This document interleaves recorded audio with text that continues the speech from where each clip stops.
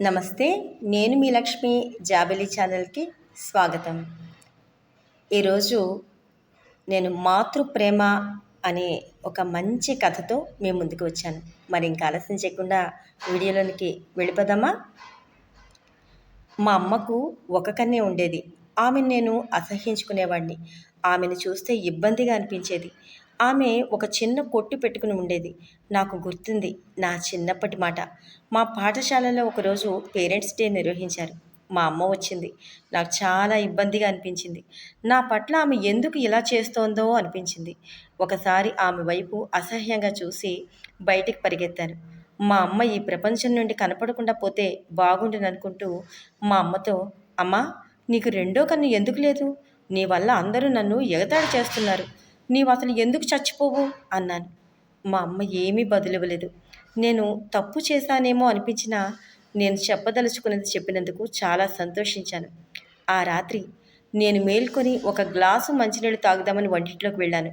అక్కడ మా అమ్మ నేనెక్కడ మేల్కొంటానోనని భయపడుతున్నట్లుగా నెమ్మదిగా ఏడుస్తోంది. ఆమె వంక ఒకసారి చూసి వెళ్ళిపోయాను. మా ఒంటికంటి అమ్మని, మా దౌర్భాగ్యాన్ని నిందించుకుంటూ ఉండే నేను పెరిగి పెద్దవాడినయ్యాక మా అమ్మను వదిలిపెట్టి సియోల్ వచ్చి చదువుకుని సియోల్ విశ్వవిద్యాలయంలో ఉద్యోగం సంపాదించాను. ఆ తర్వాత పెళ్లి చేసుకున్నాను. సొంత ఇల్లు కొనుక్కున్నాను. నాకు పిల్లలు కూడా కలిగారు. ఇప్పుడు నేను సమర్థుడిగా సంతోషంగా జీవిస్తున్నాను. నేను ఇక్కడ ఉంటే మా అమ్మ గుర్తుకు రాదు. కాబట్టి నాకు ఈ ప్రదేశం ఎంతగానో నచ్చింది. అనూహ్యంగా ఒకనాడు నన్ను చూడటానికి ఒక వ్యక్తి వచ్చే వరకు చాలా సంతోషంగా ఉన్నాను. ఆ వచ్చింది ఎవరో కాదు, మా అమ్మే. అదే ఒంటిగంటితో. ఒక్కసారిగా ఆకాశం బద్దలై నా మీద పడుతున్నదేమోనన్నట్లు అనిపించింది. నా చిట్టి కూతురు మా అమ్మ కన్ను చూసి భయపడి పరిగెత్తికెళ్ళింది. ఆమెతో, ఎవరు నీవు? నిన్ను నేనెరుగను అన్నాను. నా ఇంటికే వచ్చి నా బిడ్డను దడిపించడానికి నీకు ఎంత ధైర్యం? తక్షణం ఇక్కడి నుండి వెళ్ళిపో అంటూ ఆమె మీద గట్టిగా అరిచాను. దానికి మా అమ్మ నెమ్మదిగా, అరే, నేను పొరపాటు పడ్డట్టున్నాను, క్షమించమంటూ కనిపించకుండా వెళ్ళిపోయింది. అమ్మయ్యా, మంచి వేళ ఆమె నన్ను గుర్తుపట్టలేదు అనుకుని ఎంతో ఊరట పొందాను.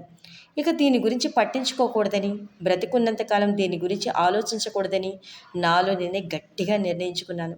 దానితో నాకు ఎంతగానో ప్రశాంతత దొరికినట్లు అనిపించింది. ఇంతలో ఒకరోజు మా పాఠశాల పూర్వ విద్యార్థుల సమావేశం గురించిన ఉత్తరం ఒకటి నాకు చేరింది. నేను నా భార్యతో వ్యాపార నిమిత్తం వెళుతున్నానని అబద్ధం చెప్పాను. సమావేశం పూర్తయ్యాక చిన్నప్పటి మా ఇల్లు, అదే ఆ పాత పూరి గుడిసె వైపు వెళ్ళాను. అక్కడ ఉత్సుకత చంపుకోలేక తొంగి చూద్దును కదా, మా అమ్మ చల్లటి నేల మీద పడి ఉంది. కానీ నేను ఒక్క కన్నీటి పొట్టు కూడా విదల్చలేదు. ఆమె చేతిలో ఒక చిన్న కాగితం ముక్కుంది. అది ఆమె నాకు వ్రాసిన ఉత్తరం. ఆమె ఇలా వ్రాసింది: నాయనా, ఇప్పటికే చాలా కాలం బ్రతికినట్లు అనిపిస్తోంది. నేను ఇంకెప్పుడు సియోల్కి రాను. కానీ అప్పుడప్పుడు నీవు వచ్చి చూసి పోతుండమని నేను అడిగితే తప్పుగా అనుకోవు కదా.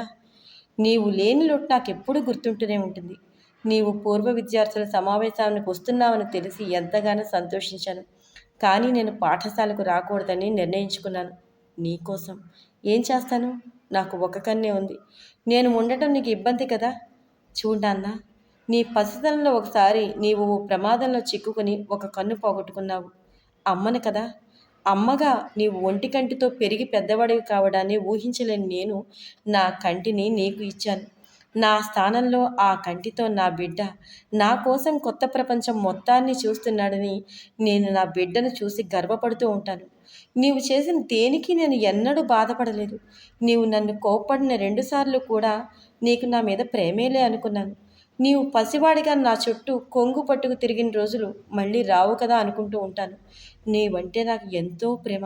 నీతోటిదే నా ప్రపంచం బాబు. నా కోసమే బ్రతికిన వ్యక్తి మా అమ్మ కోసం నేనప్పుడు భోరుమని ఏడ్చాను. నిలువెత్తు ప్రేమను ఎదురుగుండా పెట్టుకుని చూడలేని కబోదితనం నన్ను ఆవరించినందుకు నేను ఎంతో సిగ్గుపడుతున్నాను. జీవితాంతం నేను బ్రతికున్నంతకాలం నాకు ఈ బాధ వదలదు కదా.